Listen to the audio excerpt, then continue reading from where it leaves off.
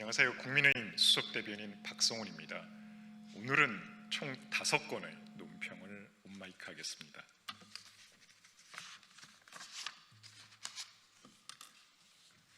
통일교 민주당 게이트 특검 도입은 국민의 준엄한 명령입니다.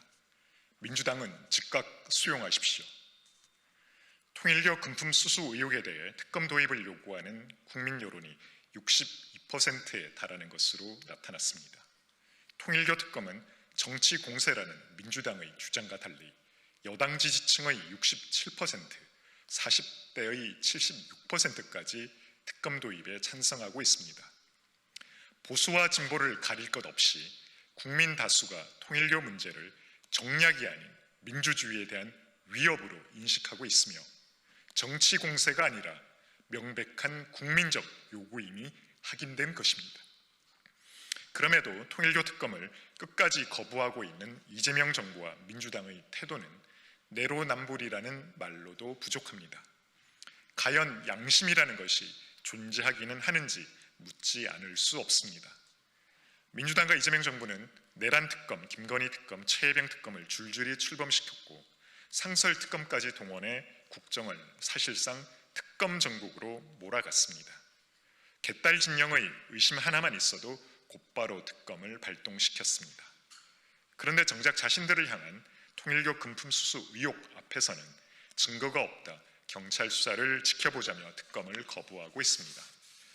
살아있는 권력을 제대로 수사한 전례가 거의 없는 경찰, 그것도 여당 소속 장관의 지휘를 받는 조직의 수사를 국민이 과연 믿을 수 있겠습니까? 더구나 통일교 의혹은 민중기 특검이 여권 인사 관련 진술을 확보하고도 수사를 미루고 야당만 겨냥했다는 편파 수사 논란에서 비롯된 사안입니다. 출발부터 기존 수사에 대한 불신이 누적된 사건이라는 점에서 독립적인 특검은 반드시 필요합니다. 특검은 야당을 겨냥한 정치 도구가 아니라 권력을 향한 의혹을 밝히기 위해 존재하는 제도입니다. 수사를 통해 증거를 찾는 것이 특검의 본래 목적입니다. 민주당은 야당 탄압용 특검을 6개월도 모자라 2차까지 추진하면서 자신들 의혹을 수사하는 특검에는 문을 굳게 틀어 잠그고 있습니다. 이는 특검의 취지를 정면으로 부정하는 태도이자 특검을 자신들의 정치적 이익을 위한 도구로만 활용하겠다는 것으로 민심의 정면으로 반하는 일입니다. 민주당과 이재명 정부는 지금 즉시 통일교 특검 수용을 결단 내리십시오. 정교 유착과 권력형 부패 의혹을 남김없이 해소하라는 국민의 명령을 외면해서는 안 됩니다. 이를 끝내 거부한다면 국민적 심판을 피할 수 없다는 것을 똑똑히 기억하시기 바랍니다.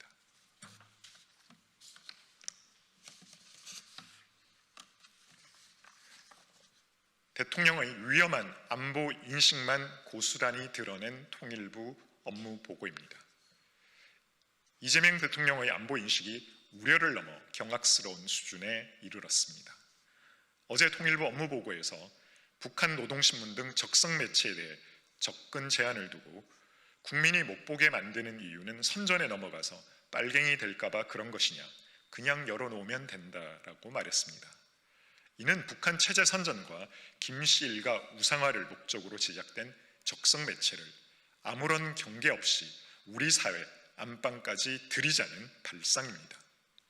북한 매체는 다른 의견이나 이질적 시각이 아니라 체계적으로 설계된 선동 도구이자 대남 공작의 창구입니다. 적성 매체에 대한 접근 제한은 국민의 의식 수준을 낮게 봐서가 아닙니다. 북한의 치밀한 심리전과 이적 행위로부터 국가 공동체를 보호하기 위한 최소한의 예방 조치이자 물리적 방어선입니다. 이를 구분하지 못한다면 안보에 무지한 것이고, 알고도 이를 허물려 한다면 국민의 생명과 국가 안보를 담보로 한 위험한 도박입니다.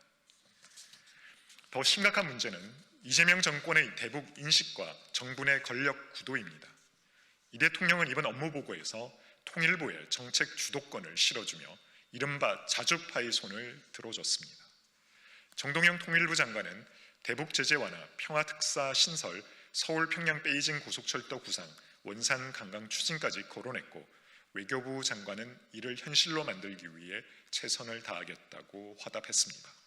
자주파가 방향을 정하고 동맹파가 뒷받침하는 구조가 공식화된 것입니다. 문제는 이 모든 구상이 유엔 제재와 한미 공조를 정면으로 무력화하지 않고는 불가능한 이야기라는 점입니다. 그럼에도 이 대통령과 통일부는 북핵이라는 단어조차 언급하지 않았습니다. 북한이 핵을 포기했다는 전제라도 있는 것입니까? 아니면 핵 위협은 애써 외면한 채 김씨 왕조의 체제 안정과 체면을 우선 배려하겠다는 것입니까? 이 대통령은 얼마 전 외신 기자회견에서 북한에 억류된 우리 국민의 존재에 대해 처음 듣는 얘기라고 답해 국민은 물론 전 세계를 경악하게 만들었습니다. 자국민의 생사와 송환 문제에는 무관심하면서 적성 매체의 전파와 대북 유화 조치에는 이토록 적극적인 대통령을 우리 군과 국민이 어떻게 신뢰할 수 있겠습니까? 대한민국 대통령의 책무는 노동신문 개방이나 김씨 일가의 철학 전파를 고민하는 것이 아닙니다. 지금 이 순간에도 북한에 억류돼 고통받고 있는 우리 국민의 생사 확인과 즉각적인 송환에 총력을 기울이는 것이 우선입니다. 이 대통령이 적어도 북한 대변인이라는 비판을 피하고 싶다면 국민 수준 운운할 것이 아니라 북한에 억류돼 고통받는 우리 국민의 눈물부터 닦아주는 것이 최소한의 도리입니다. 이재명 대통령은 국민의 자존심을 담보로 안보 불안을 키우고 자주파 구호디에 숨어 북한의 입장을 대변하는 저급한 시도를 즉각 중단하십시오. 안보를 무너뜨리고 민심을 저버린 정권의 끝은 언제나 국민의 엄중한 심판뿐임을 분명히 경고합니다.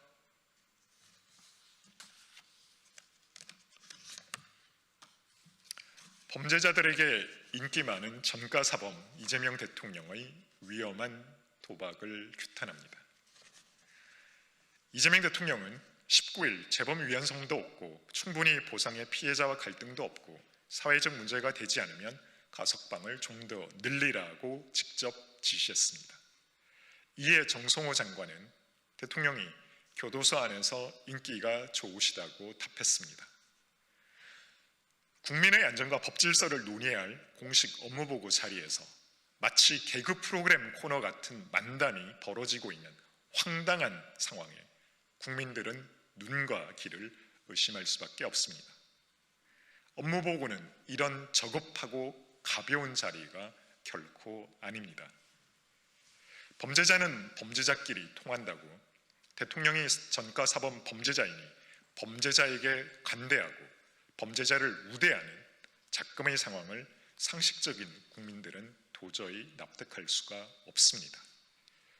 범죄자들이 이재명 대통령을 좋아하는 이유는 죄를 짓고도 대통령이 될 수 있다는 희망을 심어줬기 때문입니다. 재범의 위험성은 누가 어떤 기준으로 판단합니까? 가석방 심사관들에게 간신법이라도 있다는 말입니까? 가석방 인원이 많아질수록 재범 가능성이 구조적으로 높아질 수밖에 없다는 것은 상식에 가깝습니다.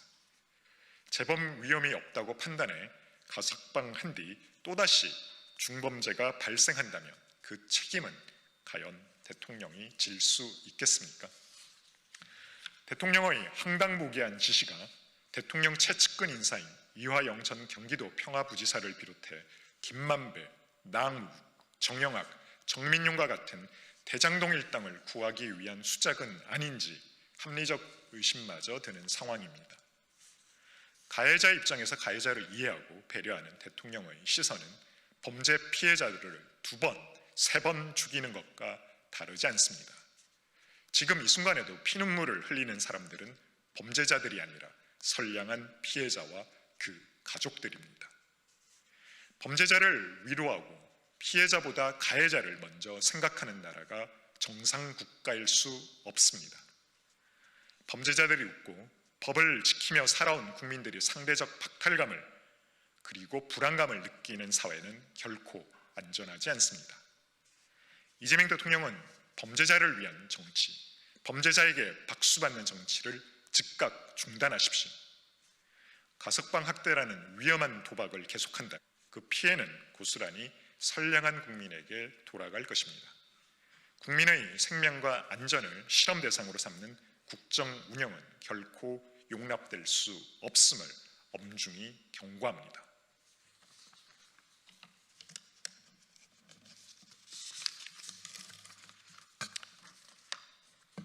기업의 팔을 비틀고 군기잡기식 관치로 환율을 막겠다는 이재명 정부의 시대착오적 발상입니다. 고환율이 기업 경영을 옥죄는 가운데 이재명 정부가 환율 방어를 명분으로 기업과 증권사를 노골적으로 협박하고 있습니다. 겉으로는 달러 공급을 위한 협조 요청이지만 실상은 관치이자 사실상은 협박에 가깝습니다. 지난 18일 김용범 대통령실 정책실장은 주요 대기업 관계자들을 불러 작은 이익을 보려 하지 말라며 보유 달러 매도를 겁박했습니다. 대미 투자와 글로벌 사업 일정에 따라 외화가 필요한 기업들의 사정은 외면한 채 정부 정책 실패의 부담을 기업에 전가한 것입니다. 같은 날 이찬진 금융감독원장은 증권사의 해외 주식 영업을 질타하며 현장 검사와 영업 중단을 경고했습니다. 증권사의 서학개미 마케팅을 막는다고 해서 환율이 떨어질 리 만무한데도 막무가내식 협박에 나선 것입니다. 환율 방어에 다급해진 이재명 정부는 국민연금까지 동원하며 총력전에 나서고 있지만 효과는 미미하고 대책은 한계를 드러내고 있습니다. 근본적인 처방 없이 기업의 팔을 비틀고 군기잡기식의 시대착오적 관치, 땜질식 처방에만 연연할 따름입니다. 기업의 정당한 자금 운용에 개입하며 큰소리치는 이재명 정부의 모습은 조폭을 연상케 합니다. 급할 때만 기업에 손을 벌리고 상황이 지나면 규제와 입법으로 뒤통수를 쳐온 이재명 정부의 반기업 행태에 기업들은 벙어리 냉가슴을 앓고 있는 현실입니다. 과거 한미 정상회담을 앞두고도 기업들은 이재명 대통령의 요청에 따라 관세 협상 타결에 크게 기여했지만 돌아온 것은 노란봉투법, 상법 개정안, 법인세 인상 등 기업 옥죄기 정책뿐이었습니다. 환율은 한나라 경제의 펀더멘털과 정책 신뢰도를 비추는 거울입니다. 억지로 달러를 끌어내리고 기업의 팔을 비트는 방식으로는 환율을 안정시킬 수 없습니다. 오히려 시장 불신만 키울 뿐입니다. 이재명 정부는 이제라도 효과 없는 억지 대책에 매달리기보다 고환율의 원인을 냉정하게 진단해야 합니다. 규제 완화와 구조개혁을 통해 경제 체질을 개선하고 반복되는 돈풀기 정책을 자제하며 재정, 통화 정책에 대한 신뢰부터 회복해야 합니다. 고환율 장기화는 물가를 자극해 중산층과 서민에게 직격탄이 되고 자영업자와 중소기업의 치명적 부담으로 돌아옵니다. 정부와 여당은 사법 장악과 지방선거 계산에 몰두할 것이 아니라 벼랑 끝에 내몰린 민생과 경제부터 챙기기 바랍니다.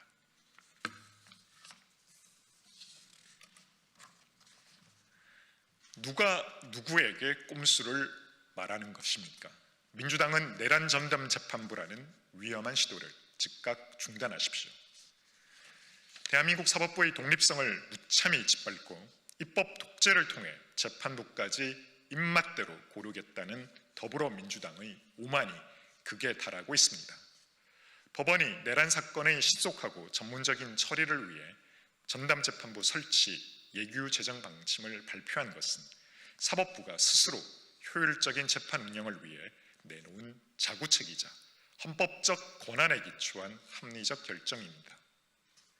하지만 민주당 정청래 대표는 이를 꼼수라 비하하며 조희대 대법원장을 향해 검은 속내를 들켰다는 식의 저급한 언사를 쏟아냈습니다.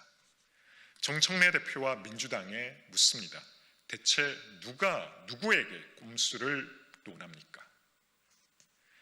민주당이 추진하는 내란 전담 재판부 설치법이야말로 헌법상 특수법원 설치 금지 원칙을 정면으로 위배하는 위헌적 발상이며 사법부를 모독하고 흔드는 정략적 꼼수입니다. 사법부 스스로 전담재판부 설치라는 대안을 내놓은 이상 민주당이 이 악법을 강행할 명분은 이제 단 하나도 남지 않았습니다. 특정 사건의 결과를 민주당의 입맛대로 조작하기 위해 재판부를 강제로 구성하겠다는 위험한 시도를 즉각 중단하십시오.